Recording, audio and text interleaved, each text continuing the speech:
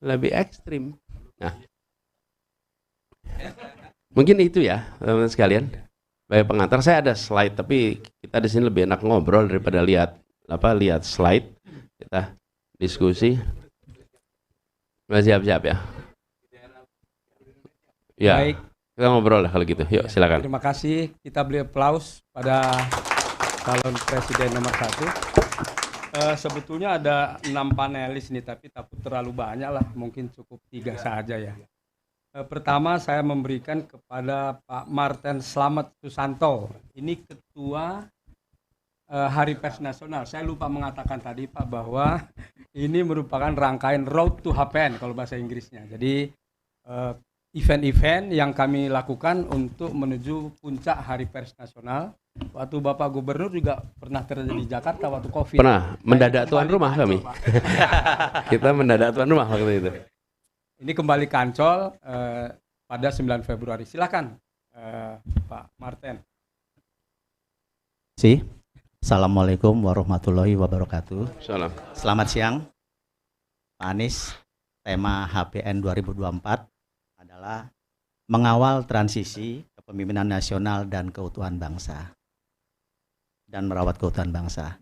Karena sebab itu kita mengundang calon-calon presiden dalam rangka Road to HPN. Banyak sekali Pak rangkaian acaranya sampai dengan tanggal 9 Februari nanti. Kita pengen tahu visi misi dari Pak Anies. Sekarang saya mau bertanya Pak. Dalam beberapa tahun belakangan ini yang namanya influencer dan buzzer sangat marak. Ya. Mereka itu melakukan kegiatan baik gini, kehadiran mereka banyak dipertanyakan Pak, karena pertama anggarannya yang begitu besar, ini yang dibiayai oleh pemerintah ya.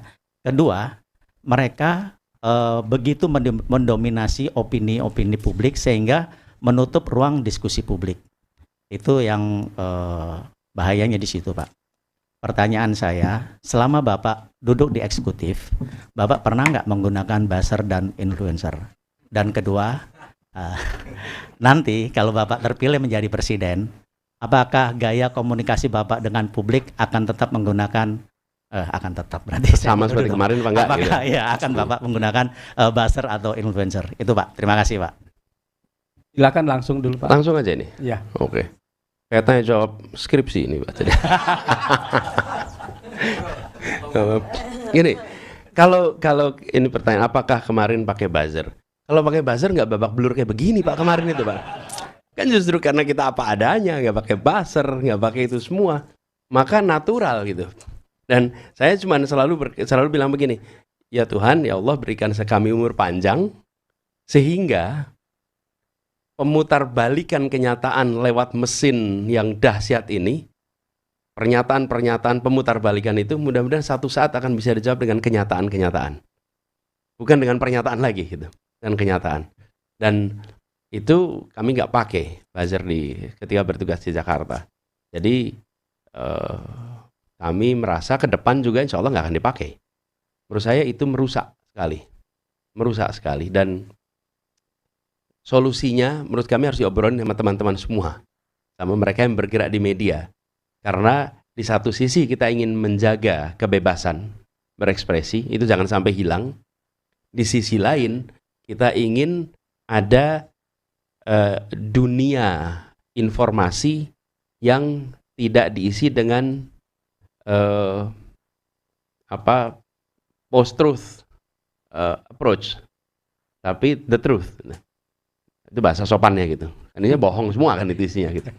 Jadi kira-kira kita ingin mencari keseimbangan di situ. Tapi saya sendiri, kami selama bertugas di Jakarta tidak pernah menggunakan buzzer. Kami malah menemukan pribadi-pribadi objektif yang dulunya mengambil posisi mengkritik dan berseberangan, kemudian mereka melihat kenyataan dan secara objektif menyampaikan apa adanya. Nah, ada satu hal, menurut saya ruang kritik itu memang harus dibuka. Kenapa harus dibuka? Karena ketika publik itu memberikan kritik, maka publik menanti jawabannya.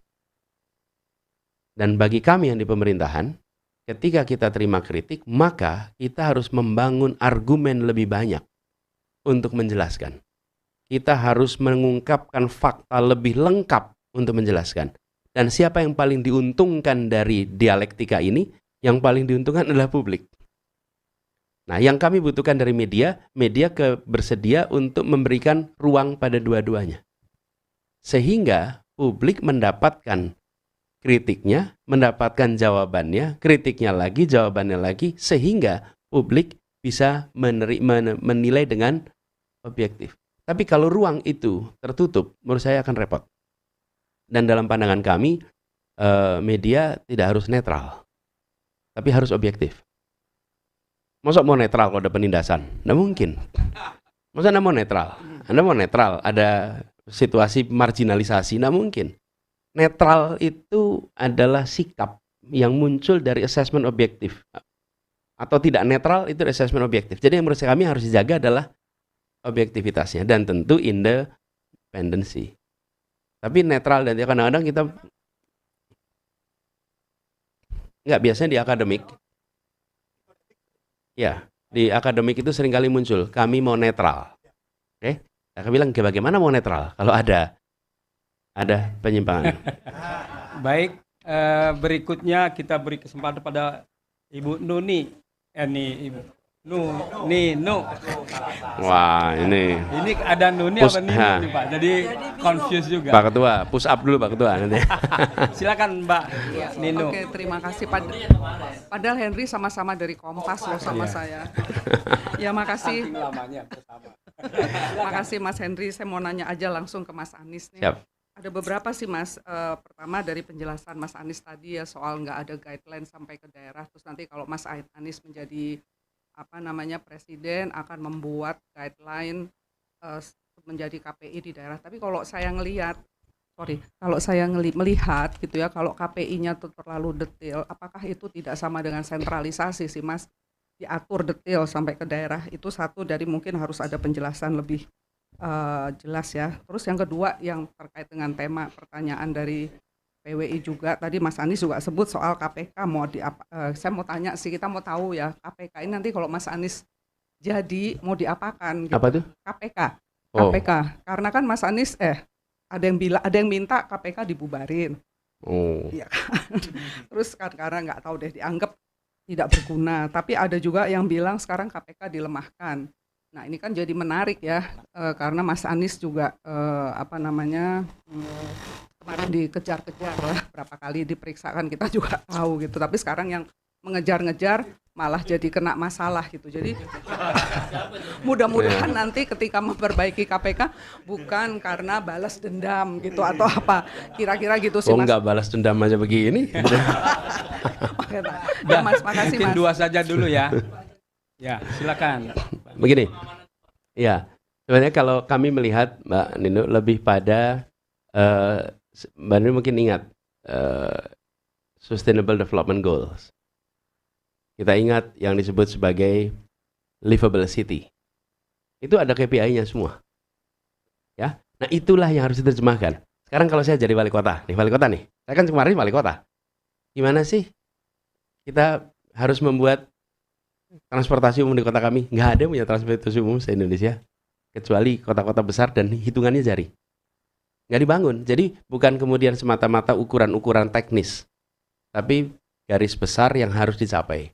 Misalnya, paling mendasar sekali, kesehatan ibu dari mulai masa kehamilan, bayi sampai dari kehamilan sampai dengan usia 7 tahun.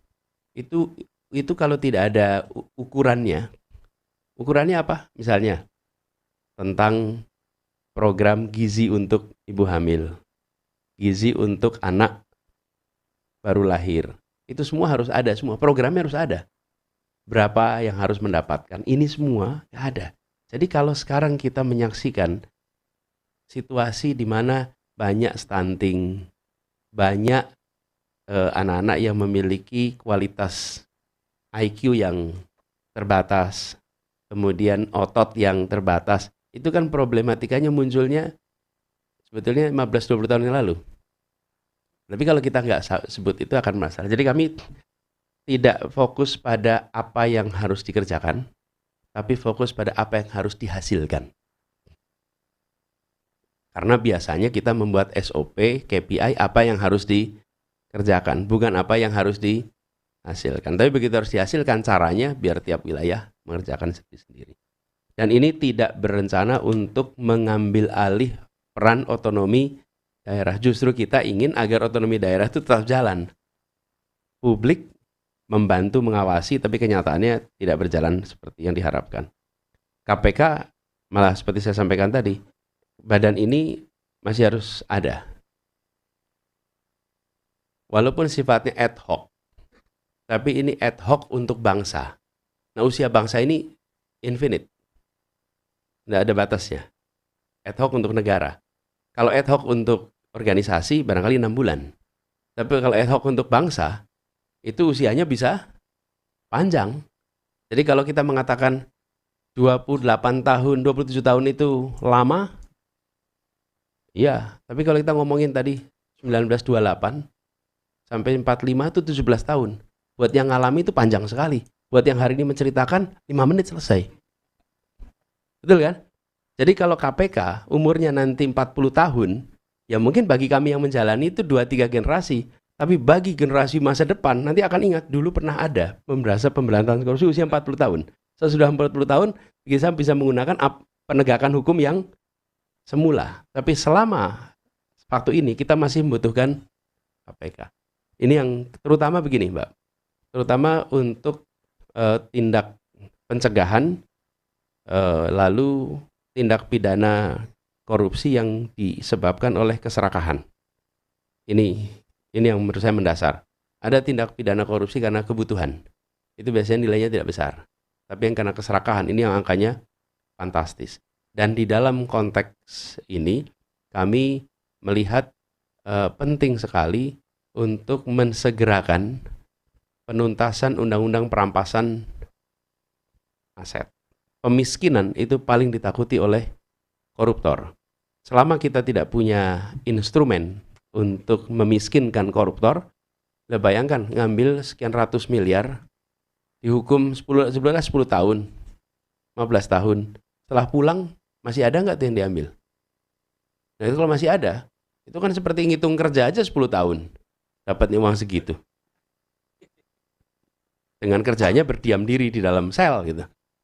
Nah menurut saya itu harus ada perampasan aset itu. Karena kan masih diproses ya, menurut saya harus dituntaskan segera. Baik, sekarang Pak Tasongko Tejo, ini Dewan Kehormatan.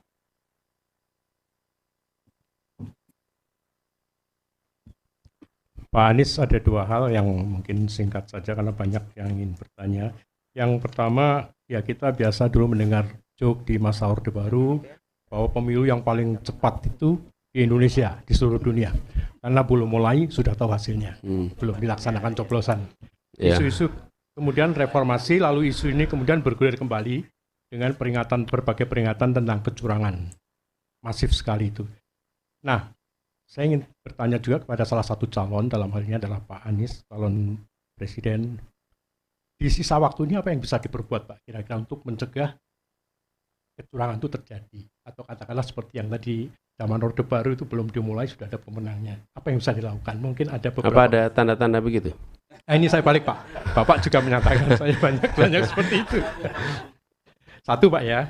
Kemudian yang kedua, Pak, ini soal IKN itu juga saya kira menjadi satu wacana yang mungkin nanti juga akan mewarnai debat calon presiden. PKS sebagai partai pendukung Pak Anies mengatakan bahwa menolak IKN itu, kalau Pak Anies dengan bahasa yang lebih halus tidak menolak tapi akan menimbulkan ketimpangan baru. Jadi kalau saya balik tanya kembali, terakhir gimana Pak posisi terakhir tentang IKN ini? Terima kasih. Ya, posisinya belum berakhir Pak. masih berproses. Tapi gini, soal pemilu, kami melihat perlu ada partisipasi publik yang lebih banyak di dalam mengawasi proses ini. Yang mau diselamatkan itu bukan suaranya capres, bukan suaranya partai. Yang mau diselamatkan itu suaranya rakyat. Karena itu kita harus bersama-sama menjaganya.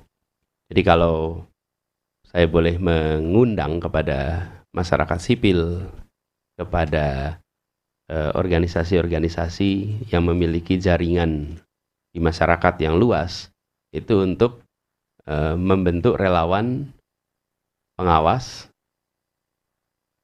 luar TPS yang tidak memerlukan identifikasi apa-apa, hanya ikut mengawasi dari luar sebagai ikhtiar kita untuk menjaga kualitas demokrasi. Tapi kalau saya berpandangan, Pak Tejo, saya masih berpandangan optimis. Menurut hemat kami, walaupun ada keriuhan sana sini, rasanya pelaksanaan besok itu aparatur kita itu dalam situasi punya tanggung jawab moral untuk mereka menjaga ini dengan benar. Dan kalau itu sampai terganggu, maka legitimasi hasil pemilu juga terganggu. Jadi menurut saya siapapun yang bertanding hari ini itu memiliki kepentingan agar hasilnya bukan saja baik, tapi hasilnya mendapatkan legitimasi. Dan itu mahal sekali ongkos legitimasi itu. Kita menyaksikan apa yang terjadi di bulan Maret tahun 98. Oke. Ketika secara legal itu terpilih, tapi secara legitimasi tidak ada. Bertahannya berapa lama? 2 bulan. Jadi menurut kami semua punya kepentingan untuk menjaga legitimasi itu. Begitu juga dengan aparat keamanan. Walaupun ada sinyalemen ini dan itu, kami yakin bahwa aparat keamanan, polisi, TNI, kejaksaan, di dalam jajaran sampai ke bawah, itu dalam posisi harus menjaga agar republik ini tetap tenang, aman, damai. Kemarin kami sampaikan Pak Tejo, bahwa kedamaian itu bukan ditandai dengan tiadanya konflik. Kedamaian itu ditandai dengan adanya rasa keadilan. Jadi, bila di dalam pelaksanaan pemilu itu ada rasa keadilan, maka akan ada kedamaian. Bila di situ tidak terjadi rasa keadilan, di situ akan muncul gejala ketidakteduhan, ketidakdamaian. Nah, ini menurut saya yang perlu kita pegang sama-sama. Lalu soal IKN. Jadi kami melihat ini bukan semata-mata soal IKN-nya, tapi kita memiliki tantangan pembangunan yang banyak dan urgen. Lalu kita memiliki sumber daya fiskal yang terbatas. Pertanyaannya, sumber daya fiskal yang terbatas ini mau dimanfaatkan untuk apa? Untuk membangun satu tempat atau untuk membangun hal-hal urgen lainnya nih? Bagaimana Pak, guru-guru honorer kalau mendengar ada alokasi sekian triliun, sementara dia kepengen diangkat dan alasannya karena anggarannya belum ada. Terus gimana kita menjelaskan kepada guru-guru honorer ini?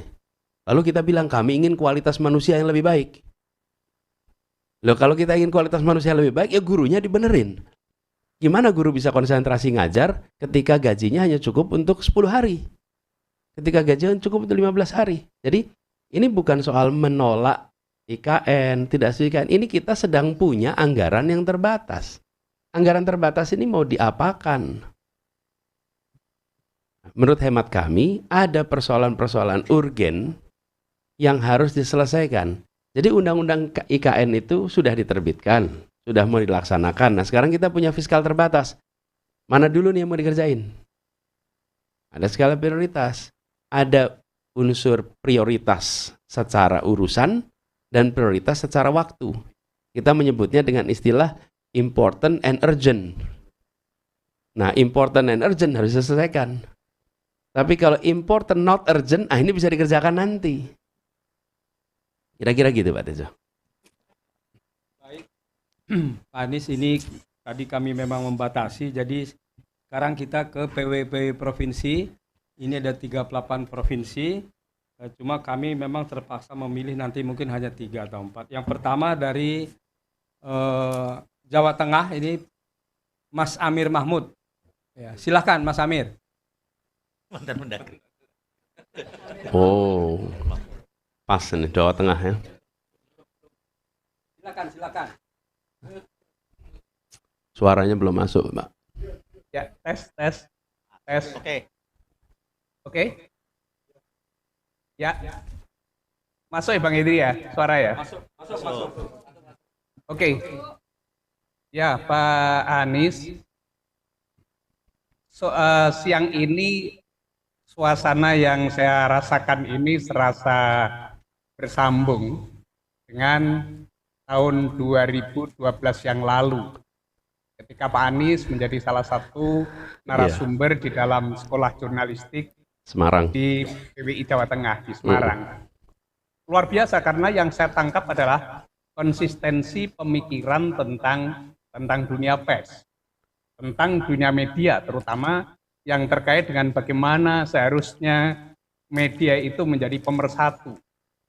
Media itu menjadi pengikat persatuan dan kebinekaan. Itu yang saya kira masih konsisten sampai apa yang tadi disampaikan. Nah, kita melihat bahwa banyak praktik bermedia, praktik berjurnalistik sekarang ini terutama di berbagai platform digital yang cenderung ini semacam mengonstruksi polarisasi. Dan ini sudah sekitar 5 tahun terakhir. Bahkan mungkin sejak 2017 pasca Pilgub DKI, kalau saya amati. Ini polarisasi luar biasa di dalam pemberitaan sehingga sangat terasa bahwa seolah-olah media ini justru menjadi pemecah belah antara berbagai elemen kebinekaan yang kita tahu bahwa Indonesia ini memang ditakdirkan secara sunnatullah ini berbagai-bagai ya, mulai dari suku, agama, bahasa, dan ras. Nah, saya kepengen mendapat penegasan lagi bagaimana pandangan Pak Anies mengenai media-media yang semacam ini sekarang. Kemudian apalagi kalau kita kaitkan dengan kode etik jurnalistik yang di dalam salah satu poinnya ini sebenarnya sangat tabu terhadap persoalan-persoalan yang bersifat pemberitaan sara. Nah, kode etik jurnalistik jelas ini menjadi pengikat, ini menjadi pemersatu dengan poin tentang anti sara ini. Baik. Ini bagaimana pandangan Pak Anies tentang praktek bermedia kita, berjurnalistik yang sekarang ini mungkin sampai menjelang Pilpres ini juga masih menyisakan masalah-masalah yang demikian ini. Terima kasih. Terima kasih Mas Amir dari Jawa Tengah. Saya lanjut dulu ke PWI Lampung. Wira Hadi Kusuma. Ya. Terima kasih Ketum. Ya, silakan. Bismillahirrahmanirrahim. Assalamualaikum warahmatullahi wabarakatuh. Selamat sore Pak Anies. Izin memperkenalkan diri, saya Wira Hadi Kusuma dari Ketua PWI Lampung. Tadi memang penyiapan pertanyaan sebenarnya hampir sama tadi dengan Pak Sasongko Tejo, namun saya meminta ketegasan komitmen lagi dari Pak Anies bahwa mengenai IKN, bahwa apakah IKN nanti ketika Anda menjadi presiden nanti, apakah IKN itu Anda akan stop atau dilanjutkan?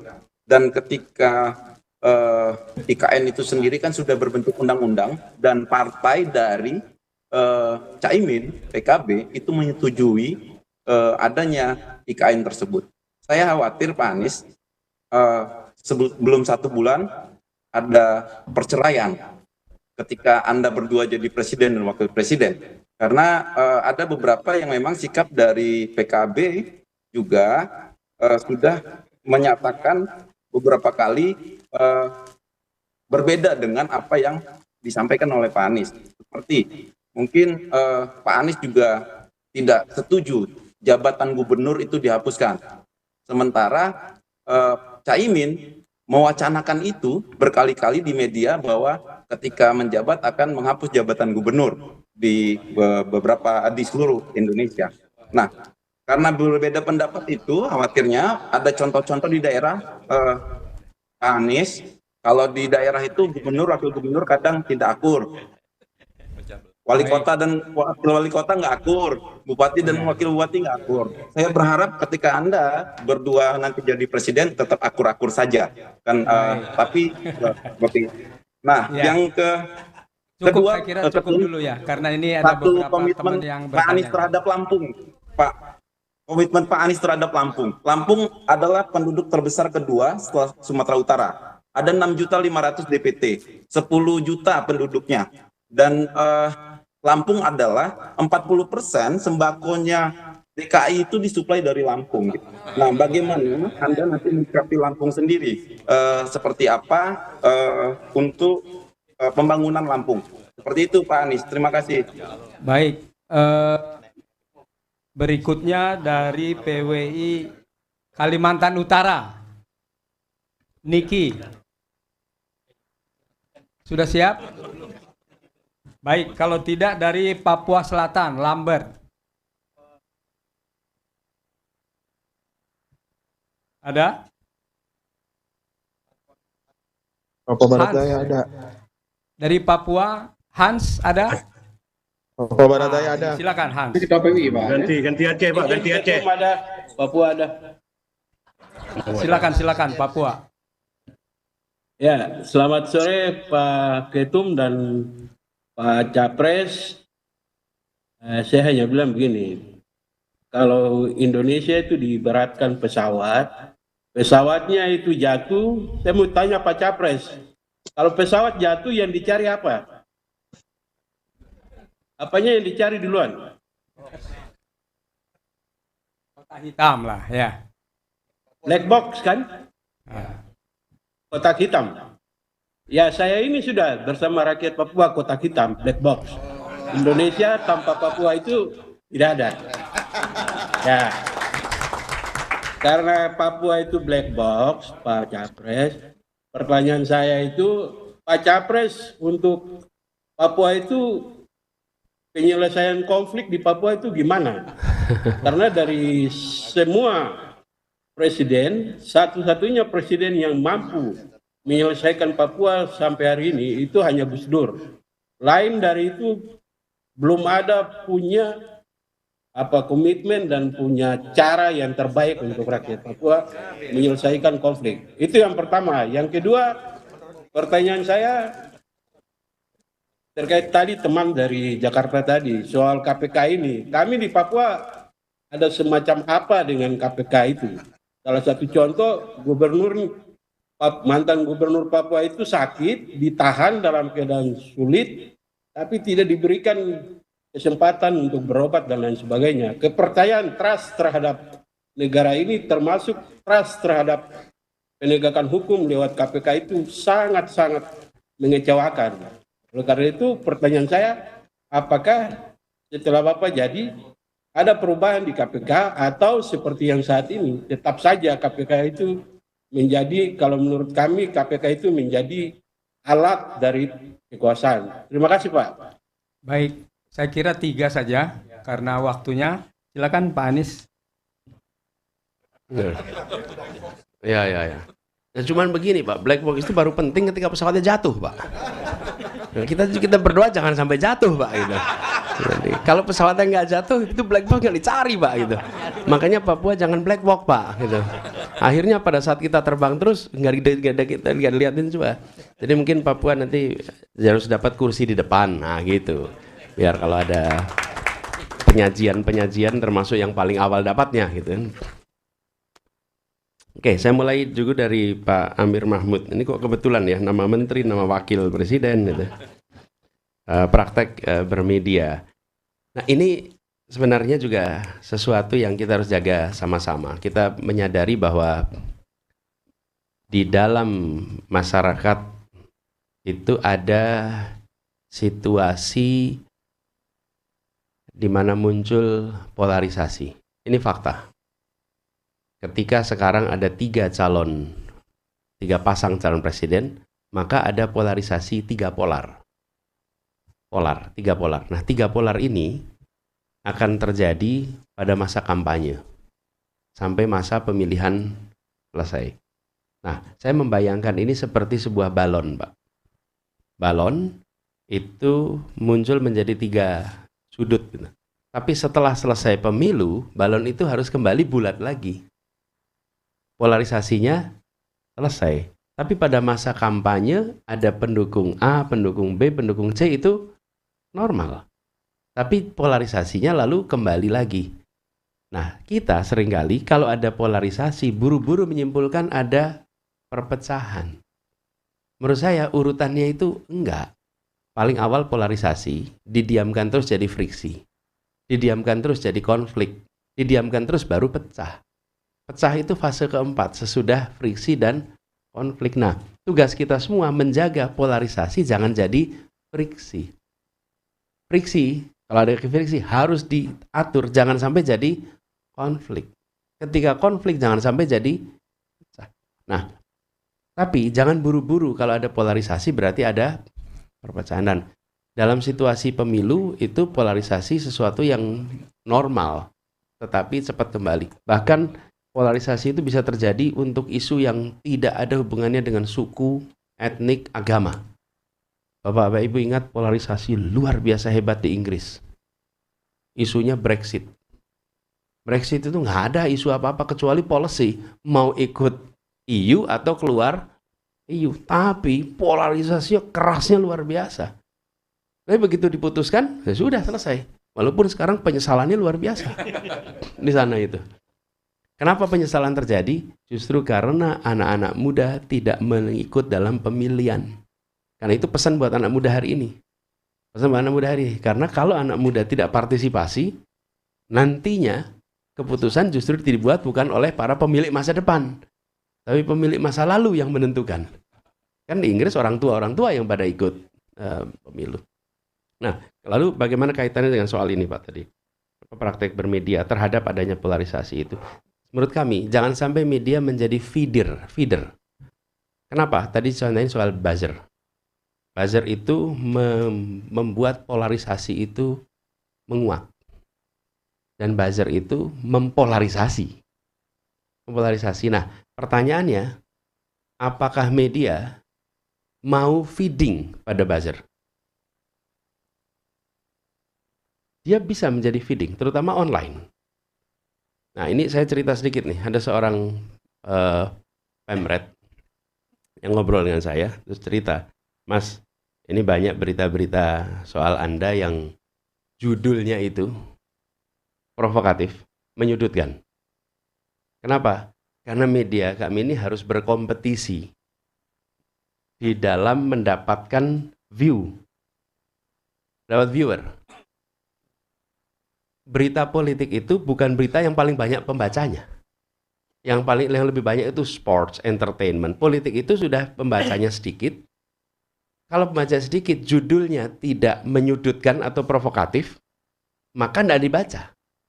Jadi dia cerita, Anda disudutkan itu bukan karena Andanya, tapi kita ingin itu jadi di-tweet oleh para buzzer. Oke? Jadi dia menjadi feeder buzzer. Kalau dia hanya publish begitu saja, yang baca hanya pembaca di online itu. Tapi ketika itu menyudutkan oleh buzzer, itu diambil di tweet, maka mendadak pembacanya jadi banyak. Jadi harusnya mereka bayar prosentase atas pendapatannya pada saya itu. Karena saya udah jadiin komoditas itu. Kan dengan di tweet begitu, maka buzzer ambil, oleh buzzer digaungkan, pembacanya jadi banyak. Jadi kata dia, nothing personal, ini adalah lingkar kondisi hari ini, di mana dibutuhkan viewer, dan kami diuntungkan dengan ada bahasa. Ini yang menurut saya harus dijaga. Apabila itu diteruskan, maka polarisasi pasca aktivitas apapun akan selalu terjadi. Menurut kami itu salah satu hal yang penting. Kemudian soal ini, kalau soal beda-beda Nah, itu pemilihan ini aja, pemilihan berita aja itu. Kalau insya Allah sama, Pak Wiradikusuma, insya Allah sama, dan kita memang perjalanan bersama itu praktis baru mulai September. Nah, sebelum September itu ada banyak gagasan, pikiran, tapi kita sinkronisasi terus. Ini ada Wakil Ketua Umum PKB di sini, Pak Jazilul Fawaid. Dan kita sinkronisasi, bahkan ketika menyusun visi misi, itu apa yang kemarin sudah dibawa oleh Cak Gus Imin, oleh teman-teman PKB, itu dibahas secara substantif. Jadi visi misi yang disusun itu bukan visi misi sekedar memenuhi kewajiban kepada KPU, tapi memang kumulatif. Dan lalu kemudian kita saling menyesuaikan. Jadi di dalam saling menyesuaikan itu mungkin ada 1-2 yang kelihatan berbeda, nah kadang-kadang samanya nggak dibahas. Samanya nggak dibahas. Tapi pas ada satu beda, itulah yang ramai gitu. Ramai. Nah ini, tapi rasanya enggak. Dan ini yang kita ingin. Lalu terkait soal IKN tadi saya sampaikan, manfaatnya itu sangat terbatas pada kawasan itu. Dan sebetulnya yang sangat mendasar bagi masyarakat di sana itu adalah infrastruktur penunjang IKN. Apa itu? Jalan tol, kemudian jalan kereta api, bandara. Itu semua justru yang memberikan manfaat kepada publik. Jadi infrastruktur penunjangnya itu penting, karena infrastruktur penunjang ini dirasakan oleh semua. Itu yang menurut saya malah jadi penting. Bahkan di Kalimantan kita perlu membangun jaring hubungan antar kota yang lebih baik, supaya lebih terintegrasi, bukan hanya satu tempat yang lebih maju. Dan Lampung belum tentu merasakan dampak yang lebih besar dari ibu kota yang berada di sana. Tapi ini pertanyaan semua sifatnya. Terima kasih atas pasokan sembakonya dari Lampung ya ke Jakarta. Walaupun rasanya bukan 60%. Karena kalau yang terbanyak itu adalah Jawa Barat. Jawa Barat itu terbesar, terbanyak, paling mudah menjangkau kita. Tapi betul Lampung, apalagi beras Lampung, dan kita punya beberapa kerjasama dengan Gapoktan di Lampung juga. Oke. Pak Hans, yang soal Papua, ini saya ingin sampaikan pada Bapak Ibu sekalian, pendekatan yang kami lakukan di dalam menyelesaikan konflik-konflik yang ada di Jakarta. Dan pendekatan itu yang juga akan insya Allah kami lakukan kalau ada konflik apapun di luar. Di Jakarta ini ketika kami mulai bertugas, itu banyak kampung-kampung yang statusnya konflik. Dan rumit konfliknya itu. Rumit. Bahkan ada tempat yang aparat kita saja itu memberitahu Pak Gubernur jangan ke sana, karena kalau aparat kami datang itu disambutnya pakai parang. Jadi mungkin itu tidak menonjol di media, tapi itu terasa sekali di Jakarta Timur. Nah, saya datang ke situ, saya ketemu, bicara dengan mereka, tapi saya temukan pendekatannya adalah pendekatan kolaborasi. Jadi punya kewenangan, jangan merasa paling tahu jalan keluarnya. Ya, punya kewenangan bukan berarti punya pengetahuan, tapi duduk dan panggil siapa? Satu, yang kita rasakan nih, identifikasi stakeholder utama. Ini siapa aja? Ini nomor 1. Terus yang kedua, libatkan pakar yang memiliki contoh-contoh komparatif atas solusi. Jadi kita semua nggak bisa berpikir outside the box. Karena kita udah box in nih dengan urusan ini. Tapi begitu kita mendatangkan orang yang dia bisa bilang, ini contoh solusi di Meksiko. Ini contoh solusi di Puerto Rico. Ini contoh solusi di Afrika. Mendadak kita tuh punya menu pilihan solusi yang lebih banyak. Nah itu membantu sekali dalam menyelesaikan konflik. Apalagi pihak yang berkonflik biasanya sudah tidak ketemu dengan jalan baru. Yang kedua. Yang ketiga adalah unsur negara sebagai partisipan, bukan sebagai fasilitator. Terus yang keempat, fasilitator percakapan. Jadi stakeholdernya, comparative expertnya, kemudian negara, lalu di situ ada namanya fasilitator yang fasilitasi 3 pihak ini untuk berunding mencari jalan bersama. Nah, saya melihat approach ini yang mungkin harus kita lakukan sama-sama.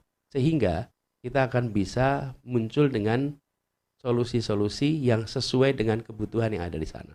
Dan ketika mengatakan masalah di Papua, maka masalahnya itu jangan dianggap satu di semua tempat.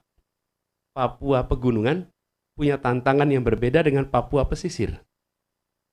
Dan Papua pegunungan pun bervariasi itu. Papua pegunungan. Kebetulan Pak Hans, kami berkegiatan di Indonesia Mengajar, itu mengirimkan guru-guru sejak 2010 di Papua. Termasuk Papua Barat. Waktu itu masih Papua dan Papua Barat. Sehingga guru-guru kita itu sana dan saya berkesempatan untuk mendatangi tempat-tempat itu sehingga menyaksikan betul kebutuhan satu tempat dan tempat lainnya itu beda sekali. Lalu kita di pemerintah pusat harus banyak mengubah standar yang kita buat. Standar kita itu simetrik. Sehingga standar itu harus diubah. Saya beri contoh, Pak. Ini sekolah di pegunungan. Anak-anak itu pada nggak mau sekolah. Kenapa masalahnya? Masalahnya karena mereka tidak pakai sepatu. Sehingga lantai ubin itu dingin bikin pilek. Mereka inginnya lantainya tidak pakai ubin. Karena lantai ubin itu membuat dingin dan tidak enak sekali. Karena kalau bicara tentang ketinggian-ketinggian di sana kan ketinggian yang luar biasa. Tapi standar sekolah kita itu se-Indonesia sama. Nah, maksud saya, masalah di Papua ini, satu, bukan sama, beda-beda. Yang kedua, solusinya negara harus melonggarkan SOP. Harus melonggarkan SOP. Kalau negara melonggarkan SOP pada semua standar, maka itu akan bisa dibuat sesuai dengan kebutuhan yang ada di sana. Begitu ya, Pak Hans. Lalu KPK, rasa sudah jelas sebetulnya Pak, kita tidak ingin KPK itu jadi alat politik. Ini sebagai komitmen, dan komitmen ini sudah ditunjukkan kemarin ketika bertugas di Jakarta. Pada waktu di Jakarta kami membentuk KPK Ibu Kota. KPK Ibu Kota ini tidak mengambil aspek penindakan, karena kita tidak punya kewenangan untuk melakukan penindakan. Tapi kita mengambil peran pencegahan dari KPK dilakukan di Jakarta. Jadi ada inspektorat yang bekerja, tapi juga ada KPK Ibu Kota yang proaktif mereview semua aktivitas. Dan kami merasa bersyukur sekali karena banyak proyek-proyek yang ketika direview oleh KPK Ibu Kota harus dilakukan koreksi secara mendasar. Jadi insya Allah kita komit Pak Hans untuk KPK bukan sebagai alat politik, tapi KPK sebagai salah satu unsur penjaga integritas di negeri ini. Terima kasih. Baik, Bapak Ibu sekalian, kita beri aplaus kepada Pak Anies Baswedan, calon presiden nomor 1. Semoga teman-teman pers khususnya mendapatkan gambaran yang lengkap mengenai visi misi tadi dari pertanyaan PWI, kemudian juga dari dialog dengan panelis di sini dan dari PWI provinsi. Pak Anies ini jadi 38 provinsi plus Solo 39, ya jumlahnya berapa ratus berapa ribu nanti bisa dicek belakangan, tapi artinya ini satu tempat tapi terliput ke seluruh Indonesia. Kami PW Pusat berterima kasih. Oh, udah selesai ini? Hah? Udah selesai? Sudah. Oh, atau mau menyampaikan sesuatu? Lanjut. Belum. Oh ya, baik, silakan. Kalau ada closing saya statement. mengira ini apa ujian tertulisnya lebih panjang gitu. Baik, silakan. Kami mempersilahkan Pak Anies untuk menyampaikan pernyataan penutup. Sebetulnya tidak ada sesuatu yang khusus ya terkait ini. Kami hanya berharap dari teman-teman media di dalam menyongsong pemilu ini membantu untuk pemilih Indonesia menjadi satu, berminat untuk mengikuti pemilu, memiliki antusiasme untuk ikut menentukan pilihan, dan tidak muncul malah justru perasaan adalah saya nggak mau ikut aja. Kenapa? Karena yang tidak ikut itu tidak pernah bisa menentukan hasil. Jadi ada yang pernah tanya itu Pak, bagaimana kalau golput? Golput itu tidak pernah dihitung angkanya. Jadi bila sebuah pemilu hanya diikuti oleh 40% nih pemilih, 60% tidak ikut, ya dihitungnya hanya dari yang 40%. Tidak bisa kemudian KPU mengatakan karena pesertanya di bawah 50%, maka pemilu lagi, enggak. Jadi yang 60% itu mubadzir, terbuang percuma. Golput tidak menentukan, kecuali kalau aturannya begini. Bila angka golput lebih tinggi daripada partisipasi, maka, nah itu baru berpengaruh. Karena itu, anjuran untuk memilih menurut saya harus dilakukan. Dan menentukan masa depan kita. Lalu yang kedua, mengajak untuk menjadi pemilih yang rasional. Rasional itu artinya menggunakan rasio. Rasio itu artinya perbandingan. Karenanya kalau disebut rasional, dia memperbandingkan. Mau yang diperbandingkan adalah wajahnya boleh, mau diperbandingkan rambutnya boleh, mau diperbandingkan dengan tampilannya boleh, tapi memperbandingkan. Intinya adalah perbandingan supaya, dan di situ kemudian rekam jejak, rekam karya, rekam gagasan menjadi salah satu hal yang menurut kami perlu kita dorong ke depan. Karena kami mempercayai prediktor terbaik atas masa depan adalah apa yang dikerjakan di masa lalu.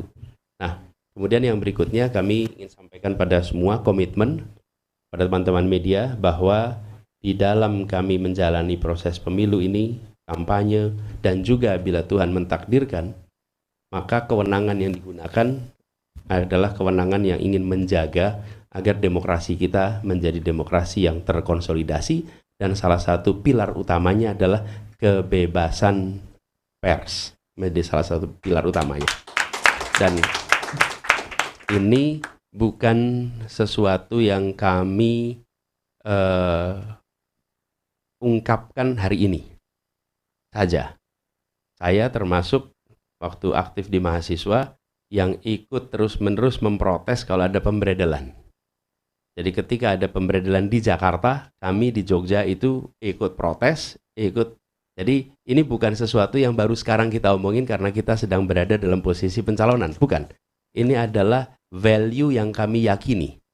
Dan itu sebabnya, Bapak sekalian, yang terakhir, ketika memimpin sebuah organisasi yang besar, maka kepemimpinan itu harus memiliki nilai yang bersenyawa dengan dirinya.